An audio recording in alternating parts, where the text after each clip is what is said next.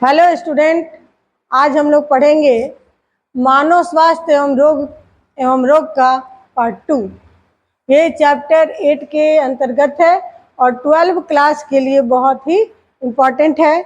इससे बहुत सारे question Bihar board, UP board, CBSE board में पूछे जाते हैं। तो आज हम लोग डिस्कस करेंगे पार्ट 2 में। लेक्चर नंबर 2 है, जिसमें हम लोग आज पढ़ेंगे रोग क्या है या रोग किसे कहते हैं। रोग, डिजीज।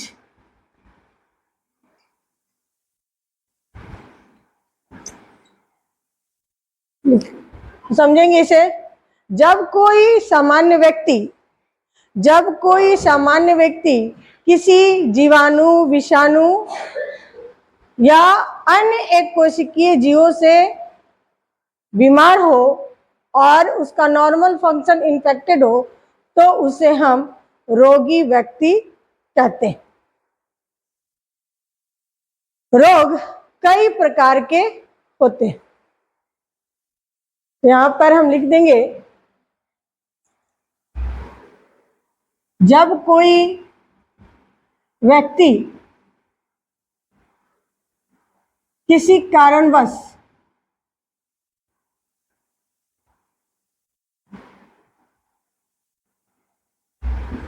सही ढंग से कार्य नहीं कर पाता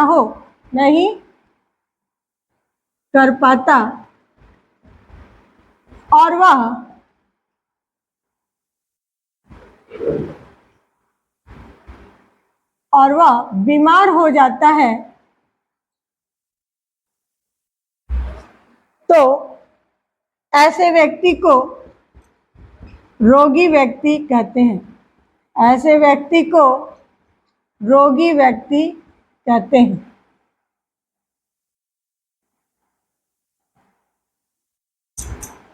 रोगी व्यक्ति कहते हैं।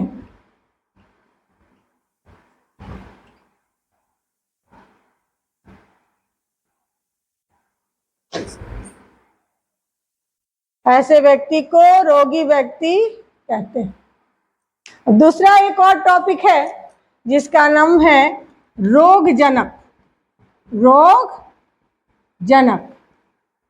पैथोजेन।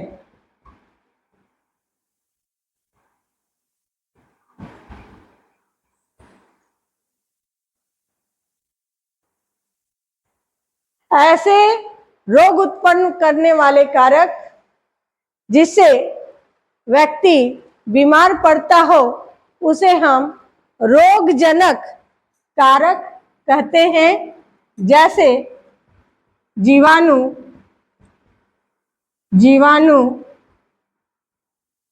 विषाणु, प्रोटोजोआ,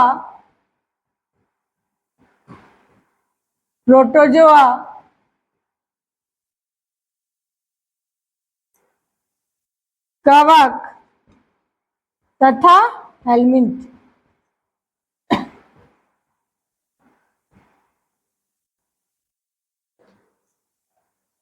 यही 5 ऐसे कारक हैं जो इंसान को बीमार करते हैं, संक्रमित करते हैं, और इस कारक को रोगजनक कहा जाता है। अब नेक्स्ट टॉपिक हम लोग डिस्कस करेंगे रोग का प्रकार। रोग का प्रकार।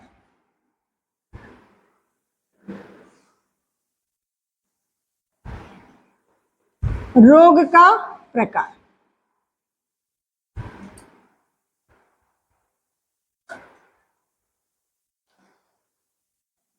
रोग का प्रकार।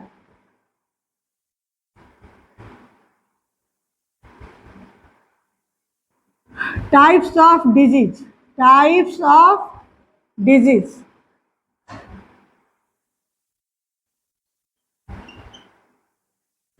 Types of disease. पहला है जन्मजात रोग।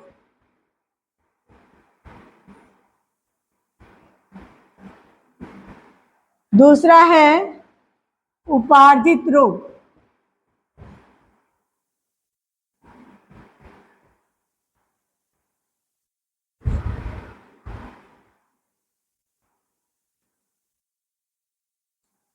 उपार्जित रोग को पुनः दो भागों में बांटा गया है। एक का नाम है संक्रामक रोग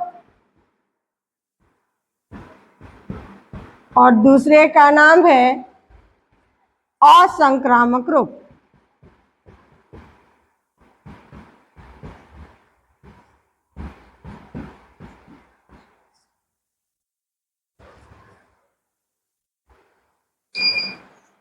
तो देखिए स्टूडेंट, सिर्फ दो तरह की ही बीमारी है, एक है जन्मजात रोग और दूसरे का नाम है उपार्जित रोग। उपार्जित रोग को दो भागों में बांटा गया, संक्रामक रोग और असंक्रामक रोग। अब हम देखते हैं जन्मजात रोग क्या होता है।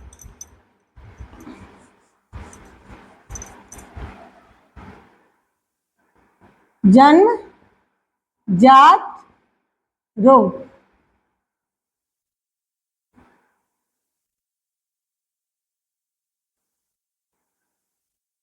इसको लिखते हैं congenital disease. Congenital disease, congenital disease.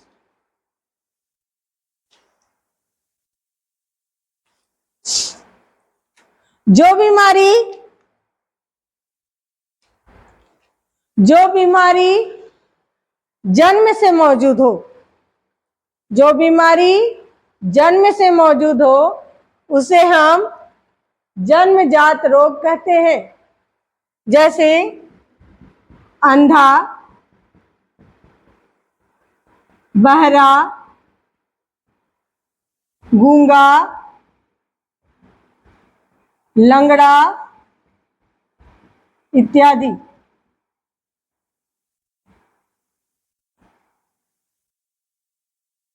ये वो बीमारी है जो बच्चों में बचपन से, जन्म से मौजूद है। सवाल है कि बच्चे अंधा, गूंगा, बहरा, लंगड़ा क्यों पैदा लेते हैं? तो देखिए, आप लोगों ने शायद पढ़ा होगा,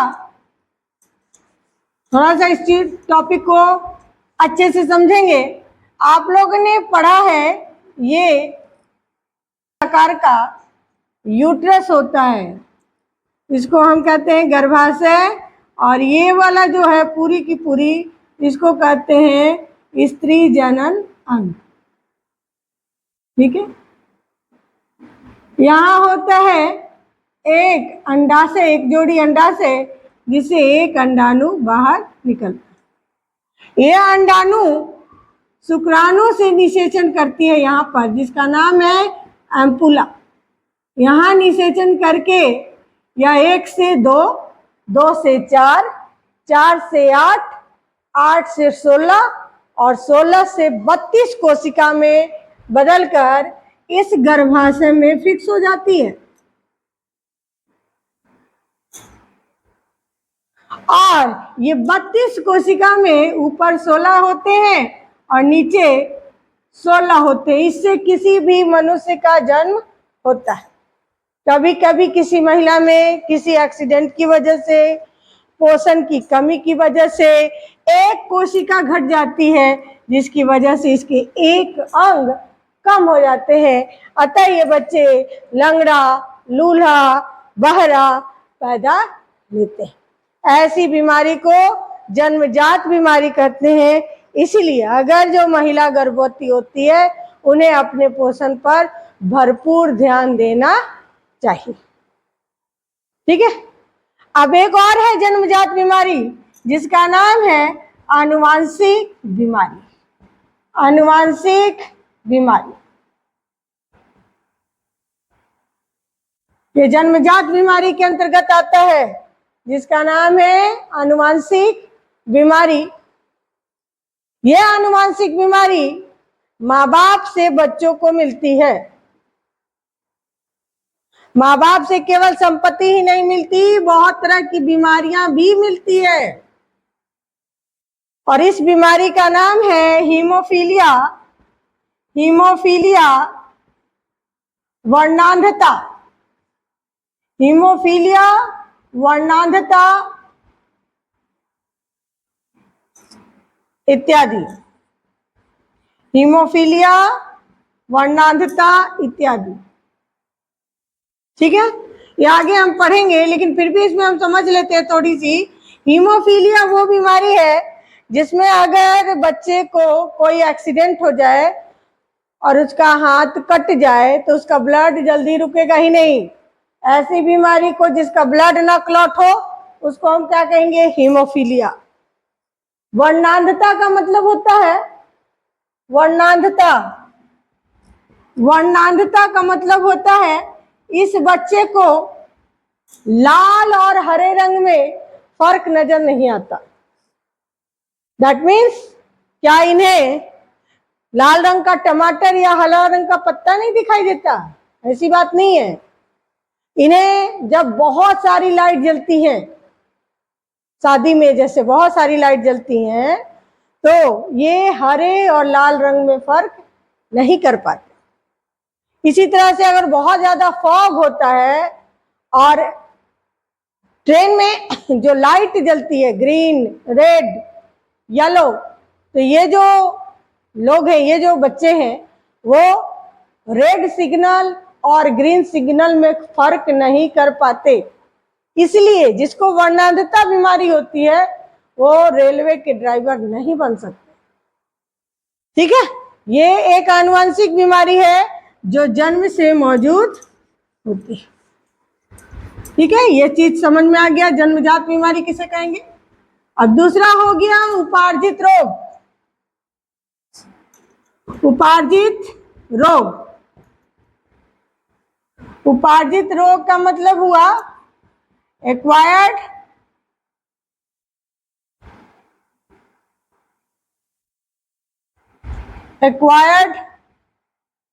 डिजीज, एक्वायर्ड डिजीज। ठीक है, ऐसी बीमारी जो जन्म लेने के बाद हो, इसको समझिए, ऐसी बीमारी जो जन्म लेने के बाद हो उसे हम उपार्जित रोग कहते हैं।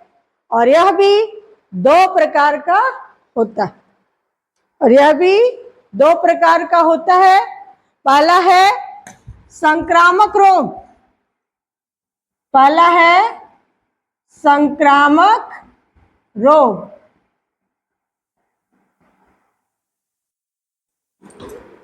इसको इंग्लिश में कहते हैं कम्युनिकेबल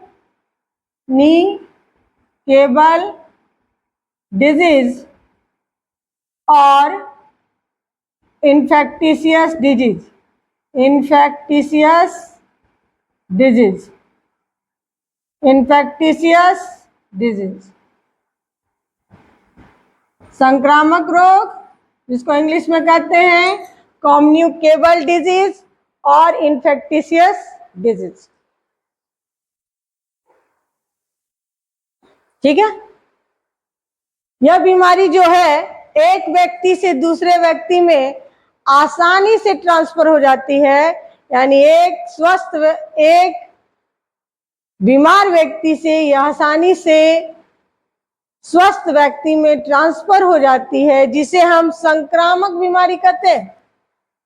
संक्रामक बीमारी और संक्रामक रोग के 5 कारक होते हैं, 5 कारक जिससे ये बीमारी होती है। 5 कारक कौन है? अभी हम पहले भी पढ़ चुके हैं। 5 कारक हैं जीवाणु, विषाणु,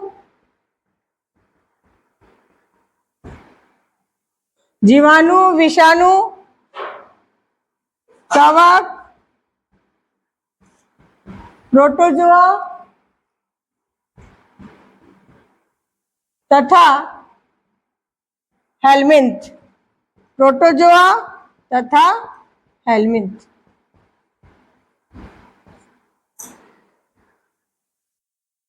ठीक है, तो ये कारक हैं जिससे कई तरह की बीमारियां होती हैं। आगे हम लोग पढ़ेंगे कि जीवाणु से होने वाली कौन कौन बीमारियां मौजूद हैं।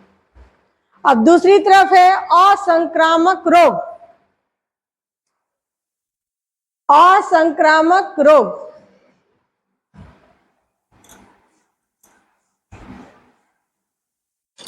असंक्रामक रोग,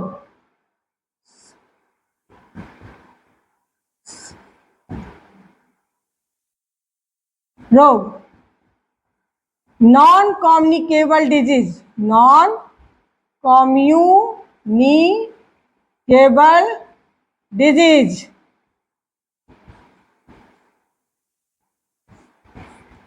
नॉन कम्युनिकेबल डिजीज। बहुत आसान है, इसको भी समझिए और अच्छे से नोट्स बनाइए और इसको पूरा पूरा लिखिए, प्रैक्टिस कीजिए। असंक्रामक रोग,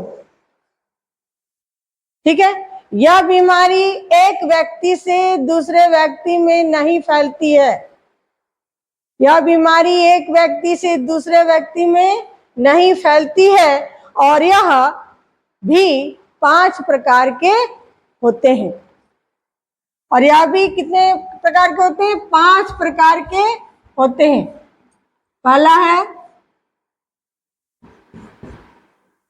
हासित रोग, हासित रोग।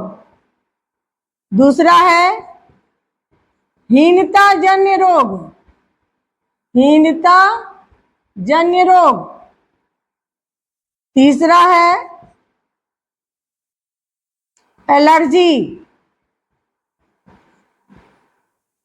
चौथा है कैंसर और 5वां है सामाजिक रोग।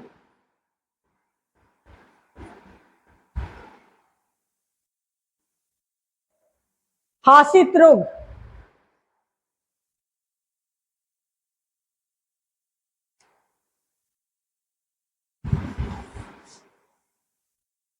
हासित रोग, हेडिंग देंगे हासित रोग।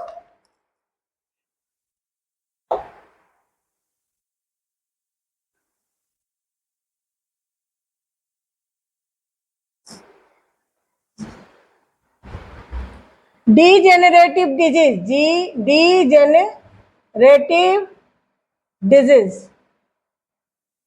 Degenerative disease.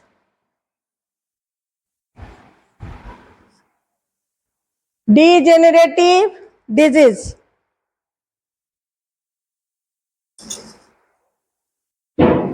ठीक है, ऐसी बीमारी जो खान पान की गड़बड़ी और अत्यधिक तनाव की वजह से हो, उसे हम हासित रोग कहते हैं। जैसे में हृदय आघात, मधुमेह, डायबिटीज। यह कोई जीवाणु और विषाणु से होने वाला रोग नहीं है, यह हमारे खान पान की गड़बड़ी से होने वाली बीमारी है और यह अत्यधिक तनाव के कारण होती है। इसलिए कभी भी तनाव में नहीं रहना चाहिए। तनाव में रहने से हृदय आघात यानी हार्ट अटैक और शुगर जैसी भयानक बीमारियां होती है। तो ये हमारे, इसको हम लोग लाइफ स्टाइल डिजीज भी कहते हैं। ये सिर्फ और सिर्फ खान पान की गड़बड़ी से होता है। इसको समझिए थोड़ा सा, इसको क्या हम हाई बीपी हमें क्या करता है। आपको मालूम होना चाहिए कि हमारी दिल की धड़कन 1 मिनट में 72 बार धड़कती है। कितनी धड़कन है हमारी? 72 धड़कन, ठीक है, 72 धड़कन और 0.8 सेकेंड की एक धड़कन, ओके, 0.8 सेकेंड की एक धड़कन होती। और हमारे शरीर में रक्त कितना है, ब्लड कितना है? तो 5 लीटर। और ये किस रफ्तार से पूरे शरीर में घूमती है? तो इसकी रफ्तार होती है 120/80, जिसको हम बीपी कहते हैं। किसकी रफ्तार है? ब्लड की रफ्तार।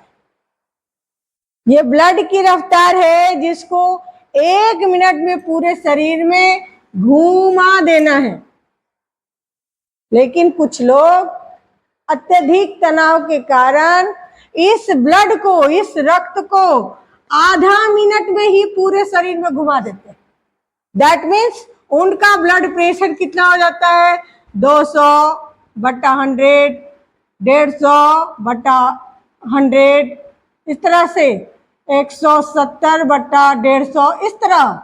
ये जो चीजें हैं ये हार्ट अटैक का मेन कारण होती है। इसीलिए कभी भी अत्यधिक तनाव की वजह से ही जो बीमारी हो उसको हम लोग क्या कहते हैं, इसको हम लोग कहते हैं हासित रोग, डीजेनरेटिव डिजीज। अब हम लोग एक और टॉपिक पढ़ लेते हैं बस लास्ट, जिसका नाम है हीनता जन रोग। इसको कहते हैं डिफिशियंसी डिजीज, डिफिशियंसी डिजीज, इसको कहते हैं डिफिशियंसी डिजीज।